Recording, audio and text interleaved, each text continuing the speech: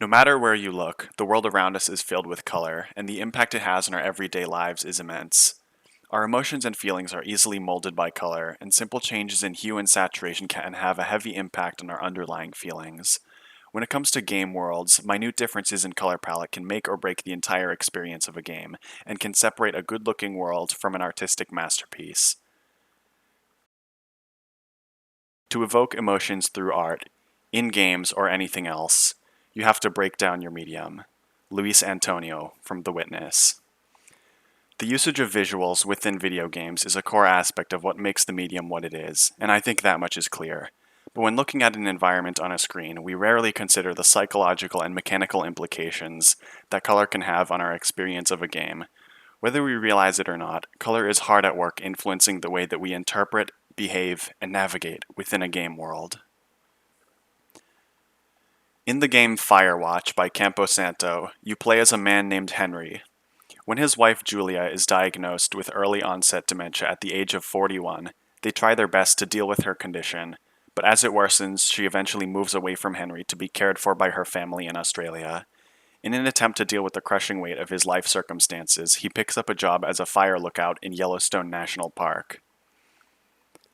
After this opening sequence, the forest, which was previously shown to be vibrant and green, is overwhelmed by golden brown stones, yellowish green trees, and a fiery orange sky. These colors represent Henry's lonesome solitude and his separation from the person that he believes he can never live without. Throughout the game, the only companionship he gets is the faceless voice of Delilah, a fellow fire lookout working alongside Henry and who communicates only through walkie-talkie. As the days progress, Henry and Delilah slowly grow more familiar and fond of one another, and this is represented in-game not only through the dialogue that they exchange, but through the changing color palette as well. In the game Journey, the player has a straightforward objective: walk towards the large mountain in the distance. The emotional theme throughout Journey is represented through the color palette of the environment, and like Firewatch, is ever-changing. In the beginning of the game, the color of the world is monochrome aside from the gray stones and the player's red cape. The color is kept a simple beige during the tutorial to shift more of the focus towards learning the controls.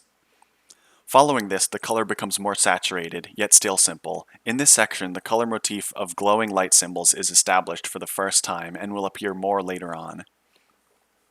The monotonous color of the sand dunes is finally broken, showing off strong pinks and greens. The mountain is clearly visible and is no longer obstructed by dust. Along with the flying creatures, this color palette is harmonious and creates feelings of calm relaxation within the player. In this section, the player surfs a long distance through the sand, and a vibrant orange sunset lights up the whole environment. The only interactivity in this section is to surf downwards, shifting the player's focus more towards the strong colors and emotions being evoked. After failing to fly upwards, the player falls into a deep pit and must traverse the dark underground. The color in this section sharply contrasts that of the previous one and conveys a gloomy and uneasy tone. Ascending from the tunnels, the temple makes heavy use of the glowing light symbols, which creates a mystical or magical feeling. Reaching the base of the mountain, the player treks up its frozen side. As the environment strips all color from the world, only the white snow and wind are left behind. At the end of this section, the player seemingly freezes to death. Now at the peak of the mountain, the player is reborn, and is covered in the same magical light symbols that have been present throughout the game.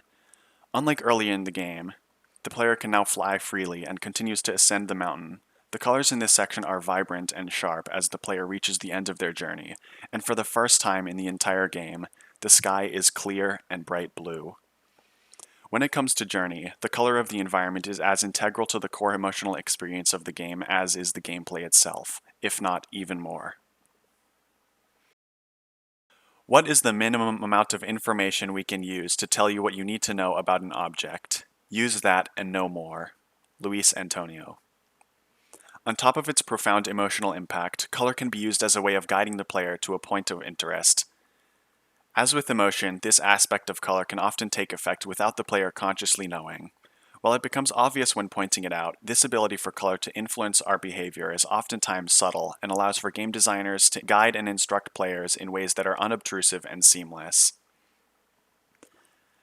In The Last of Us Part 1, the opening section of the game uses the glow of signs, streetlights, and lamps to corral the player through a crowded city.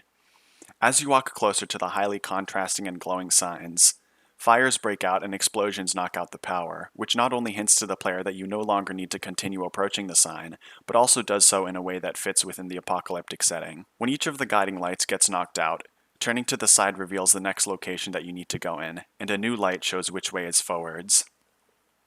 In a cluttered and chaotic setting such as this, the contrast between the dark colors of the environment and the white lights provides a seamless set of nonverbal instructions that are intuitive and straightforward. This allows you to be able to focus more on the story being told without having to think about how to navigate the world. As a less subtle example, Mirror's Edge takes this philosophy in the opposite direction.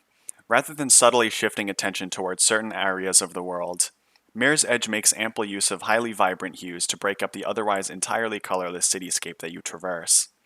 Named Runner Vision, the color red is a recurring color motif that provides guidance and serves as an effective way to steer the player through the world, as well as foreshadowing information such as where you need to go or what you need to do. By doing this, it can create a sense of continuity that allows the player to know that they're on the right path without ever having to use written or spoken lines of dialogue. The usage of color in video games allows for a method of communication not seen anywhere else. By itself, color can influence many things, representing who we are, how we feel, how we interact with one another, and even down to the way that we think and act, and it does so all within a language that words fails to convey. Color can be used to establish and reinforce an emotional theme present within a game's environment, or to bring the feelings within a character's mind to the surface to be shared with the player and the world surrounding them. In a similar way, color can form a bridge between the original artist behind a game and the player themselves, being able to transmit the artist's intent or emotions to a player in an entirely different place and time. Additionally, color also serves as one of the most useful practical tools at a game designer's disposal, allowing for the transmission of vital information or instructions without ever having to weigh the player down with massive walls of text. From the beginning of the history of video games, color has been and will always continue to be an integral part of the medium as a whole. This video only scratches the surface of what the usage of color allows for within games, but the emotional impact as well as the in-world navigation are two aspects of color that cannot be overlooked.